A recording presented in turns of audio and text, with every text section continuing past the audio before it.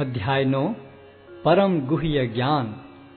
श्री भगवान ने कहा, हे अर्जुन, चूंकि तुम मुझसे कभी ईर्ष्या नहीं करते, इसलिए मैं तुम्हें यह परम गुह्य ज्ञान तथा अनुभूति बतलाऊंगा, जिसे जानकर तुम संसार के सारे क्लेशों से मुक्त हो जाओगे। यह ज्ञान सब विद्याओं का राजा है, जो समस्त रहस्यों में सर्वाधिक गोपनीय है। यह परम शुद्ध है, और चूंकि यह आत्मा की प्रत्यक्ष अनुभूति कराने वाला है, अतः यह धर्म का सिद्धांत है। यह अविनाशी है और अत्यंत सुखपूर्वक संपन्न किया जाता है। हे परंतप, जो लोग भक्ति में श्रद्धा नहीं रखते, वे मुझे प्राप्त नहीं कर पाते। अतः वे इस भौतिक जगत में जन्म मृत्यु के मार्ग पर वापस आते रहते हैं। यह संपूर्ण जगत मेरे अव्यक्त रूप द्वारा व्याप्त है। समस्त जीव मुझ में हैं, किंतु मैं उनमें नहीं हूं। तथापि मेरे द्वारा उत्पन्न सारी वस्तुएं मुझ में स्थित नहीं रहती। जरा मेरे योग ऐश्वर्य को देखो।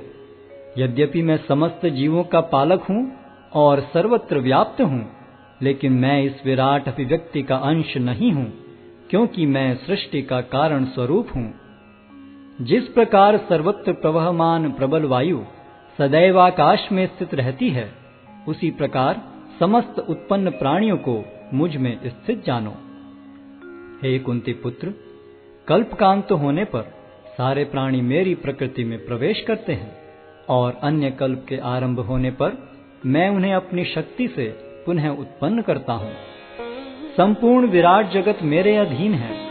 यह मेरी इच्छा से बारंबार स्वतः प्रकट होता रहता है और मेरी ही इच्छा से अंत में विनष्ट होता है। हे धनंजय, ये सारे कर्म मुझे नहीं बांध पाते हैं। मैं उदासीन की भांति इन सारे भौतिक कर्मों से सदैव विरक्त रहता हूँ। हे कुंती पुत्र, यह भौतिक प्रकृति मेरी शक्तियों में से एक है और मेरी अध्यक्षता में कार्य करती है, जिससे सारे चर तथा अचर प्राणी उत्पन्न होते हैं। इसके शासन में यह जगत बारंबार सृजित और विनष्ट होता रहता है। जब मैं मनुष्य रूप में अवतरित होता हूं, तो मूर्ख मेरा उपहास करते हैं। वे मुझ परमेश्वर के दिव्य स्वभाव को नहीं जानते। जो लोग इस प्रकार मोहग्रस्त होते हैं, वे आसुरी तथा नास्तिक विचारों के प्रति आकृष्ट रहते हैं। इस मोहग्रस्त अवस्था में उनकी मुक्ति आशा, उनके सकाम कर्म तथा ज्ञान का अनुशीलन सभी निष्फल हो जाते हैं। हे पार्थ, मोहमुक्त महात्मा जन दैवी प्रकृति के संरक्षण में रहते हैं। वे पूर्णतः भक्ति में निमग्न रहते हैं, क्योंकि वे मुझे आदि तथा अविनाशी भगवान के रूप में जानते हैं। ये महात्मा मेरी महिमा का नित्य कीर्तन करते हुए, दृढ़ संकल्प के साथ प्रयास करते हुए, मुझे नमस्कार करते हुए भक्ति भाव से निरंतर मेरी पूजा करते हैं। अन्य लोग जो ज्ञान के अनुशीलन द्वारा यज्ञ में लगे रहते हैं, वे भगवान की पूजा उनके अद्वय रूप में, विविध रूपों में तथा विश्व रूप में करते हैं। किंतु मैं ही कर्मकांड, मैं ही यज्ञ, पितरों को दिया जाने वाला तर्पण, औषधि, दिव्य ध्वनि, घी, अग्नि तथा आहुति हूँ। मैं इस ब्रह्मांड का पिता, माता, आश्रय तथा पितामह हूँ।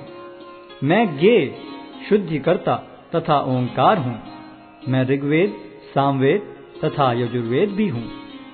मैं ही लक्ष्य, पालनकर्ता, स्वामी, साक्षी, धाम, शरण स्थली तथा अत्यंत प्रिय मित्र हूँ।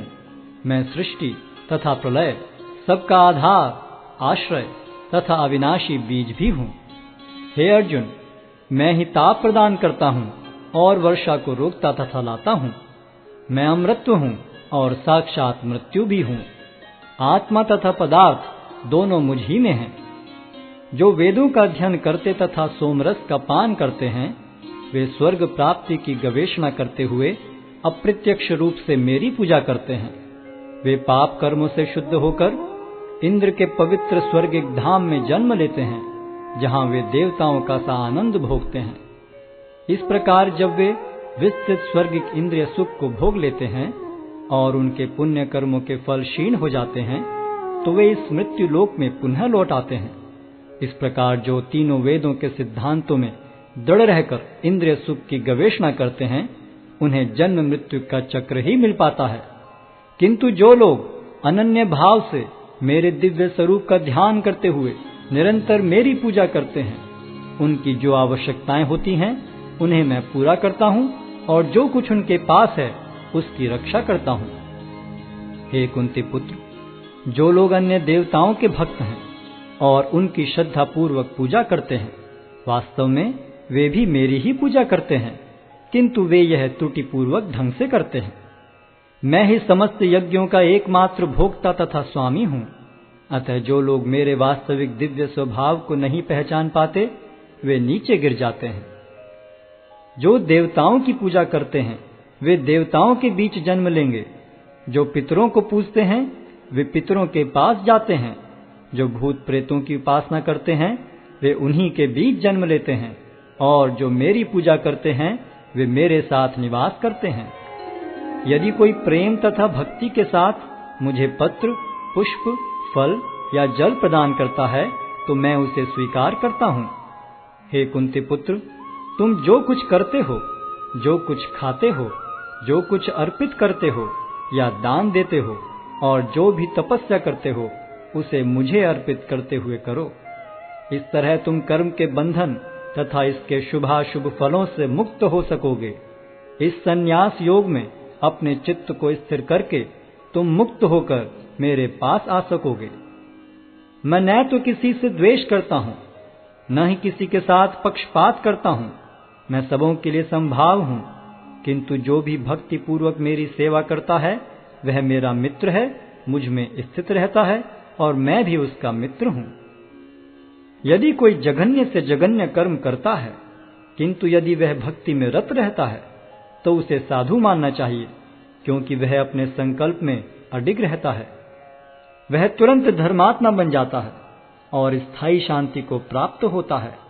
हे कुंती पुत्र, निडर होकर घोषणा कर दो कि मेरे भक्त का कभी विनाश नहीं होता है।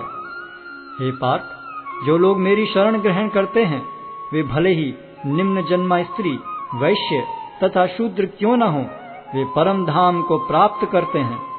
फिर धर्मात्मा ब्राह्मणों, भक्तों तथा राज ऋषियों के लिए तो कहना ही क्या है। अतः इस क्षणिक दुख में संसार में आ जाने पर मेरी प्रेमा भक्ति में अपने आप को लगाओ। अपने मन को मेरे नित्य चिंतन में लगाओ। मेरे भक्त बनो, मुझे नमस्कार करो और मेरी ही पूजा करो। इस प्रकार मुझ में पूर्णतया तल्लीन होने पर तुम निश्चित रूप से मुझको प्राप्त होगे।